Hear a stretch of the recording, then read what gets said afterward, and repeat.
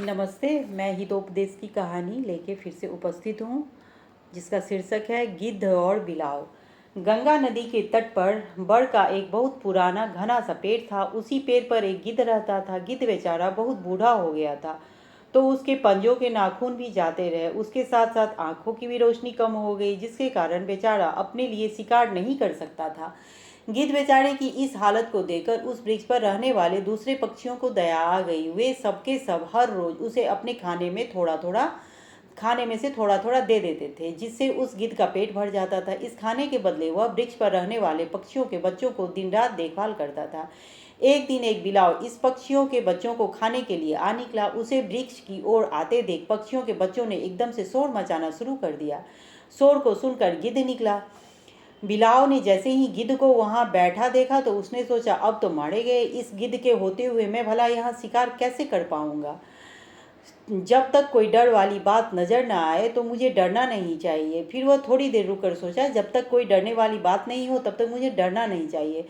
फिर यह बूढ़ा गिद्ध है, इसको काबू करने के लिए थोड़ी सी बुद्धि की ज़रूरत है। यह मोटी बुद्धि का गिद्ध हम क्या जाने हमारी गहरी चालों को। बस यही सोच बिलाव उस गिद्ध के पास गया और बोला, मैं हूँ गिद्ध चाचा, तू यहाँ क्या करने आया है? तेरी भलाई इसी में है कि जिस रास्ते आया है उसी रास्ते तू भाग जा, वरना तुझे मैं जिंदा नहीं छोड़ूंगा। गिद्ध क्रोध से बोला। बिलाव ने गिद्ध को क्रोध करने पर अपनी चाल को बदल दी। अरे चाचा, इसमें भला क्रोध में आने वाली क्या बात है? यह कोई जरूरी तो नहीं कि मैं बुरे इरादे से यहाँ आया हूँ। आप यह सोच रहे हैं कि मैं एक बिलाव परिवार में पैदा होकर कभी अच्छा काम कर ही नहीं सकता। देखा जाए तो यही हम लोगों में सबसे बड़ी कमी है। मेरी तेरी बात यदि मान भी ली मैंने तेरी बात यदि मान भी ली तो अब आगे बोल, तू क्या चाहता है और क्या करने आया है यहाँ? चाचा जी, मैं तो इसी गंगा तट पे रहता हूँ। गंगा माँ के चरणों में सुबह ही प्रणाम करके आता हूँ, वहीं पर नहा धोकर पूजा पाठ करता हूँ।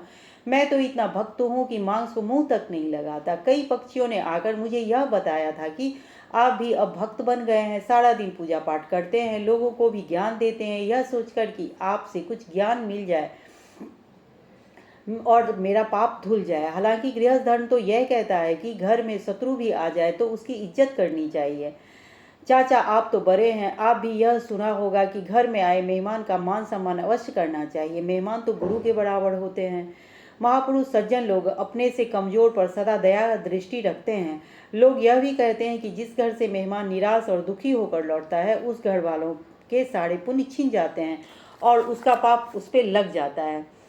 गिद्ध ने बिलाव की बातें सुनकर कहा, देख भाई, मैं तुम्हें इसलिए यहाँ जाने के लिए कह रहा हूँ कि तुम एक बिलाव हो और तुम्हारा भोजन केवल मांस है, और मेरे इस वृक्ष पर सभी छोटे छोटे बच्चे बैठे हैं, इनकी रक्षा का बोझ मुझ पर है। बिलाव ने गिद्ध के मुंह से जैसे ही यह बात सुनी तो धरती को नमस्कार करते हुए अपने कानों को हाथ लगाया और बोला, चाचा, मैंने तो जब से धर्मशास्त्र पढ़ा है मांस खाना तो छोड़ ही दिया है, साथ में सारे पाप छोड़ दिए हैं। अब तो मैं हर सप्ताह व्रत भी रखता हूँ।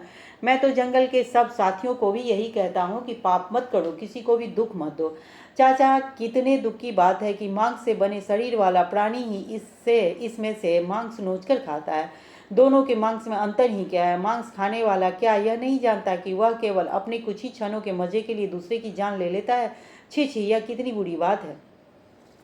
फिर जब जंगल के फलों से हमारी भूख मिट सकती है तो भला क्या जरूरत है कि हम किसी की जान लेकर अपना पेट भरें? बूढ़ा गिद्ध बिलाव की ज्ञान भरी बातें सुनकर बहुत खुश हो गया। उसे इस बात पर पूरा विश्वास हो गया कि यह बिलाव तो अब पूरा ईश्वर भक्त बन चुका है। अब यदि यह हमारे पास रहने लगे तो हमें इससे कोई डर नहीं है और साथ ही यह हमारा मित्र बन जाएगा। यही सोच गिद्ध ने उसे इस वृक्ष के नीचे वाले बिल में रहने की अनुमति दे दी। बिलाव की चाल सफल हो गई। बस फिर क्या था, वह हर रोज सुबह उठते ही एक पक्षी के बच्चे को अपने बिल में उठा लाता और बड़े मजे से खाता। धीरे धीरे सब पक्षियों में हाहाकार मच गया। वे सबके सब अपने बच्चों को न देख रोने लगे। आखिर उनके बच्चे कहाँ जाते हैं? यह बूढ़ा गिद्ध जरूर कोई खूनी पक्षी है जो हमारे बच्चों को खा रहा है। बिलाव ने समझ लिया कि अब उसका भेद खुलने वाला है। ये पक्षी उसके बिल में पड़ी हड्डियों को देखकर समझ जाएंगे कि उनके बच्चों को मैं ही खाता हूँ। बस जैसे ही उन्हें इस बात का पता चलेगा तो अब तो उसकी मौत करीब है। बिलाव के सामने अब अपनी जान बचाने का एक ही रास्ता था, भागना। वह रातों रात वह उस बिल से निकलकर भाग गया। सुबह ही सब पक्षियों ने मिलकर अपने शत्रु की तलाश शुरू की। ढूंढते ढूंढते जैसे वे सब उस वृक्ष की जड़ में बने बिल में पहुंचे तो वहां पर हड्डियों का ढेर देखकर उनका माथा ठनका। वे सबके सब समझ गए कि यह शत्रु कोई बाहर का नहीं है, यह सारा काम उस बूढ़े गिद्ध का ही है। बस फिर क्या था, उन्होंने बिना सोचे समझे, बिना गिद्ध से कुछ पूछे उसे पकड़ लिया। सारे पक्षियों ने उसे नोच डाला और कहने लगे, तुम पापी हो, धोखेबाज हो, तुमने ही हमारे बच्चों को मार मार कर खाया है, हम तुम्हें जीवित नहीं छोड़ेंगे। इस प्रकार गिद्ध बेचारा मर गया, धोखेबाज फरेबी बिलाव बच गया। इसीलिए मैंने कहा था कि हिरन भैया, जिसके स्वभाव को तुम नहीं जानते उससे न मित्रता करो और न उसे घर में रखो। धन्यवाद। फिर मैं एक नई कहानी के साथ कल मिलती हूँ। शुभ रात्रि।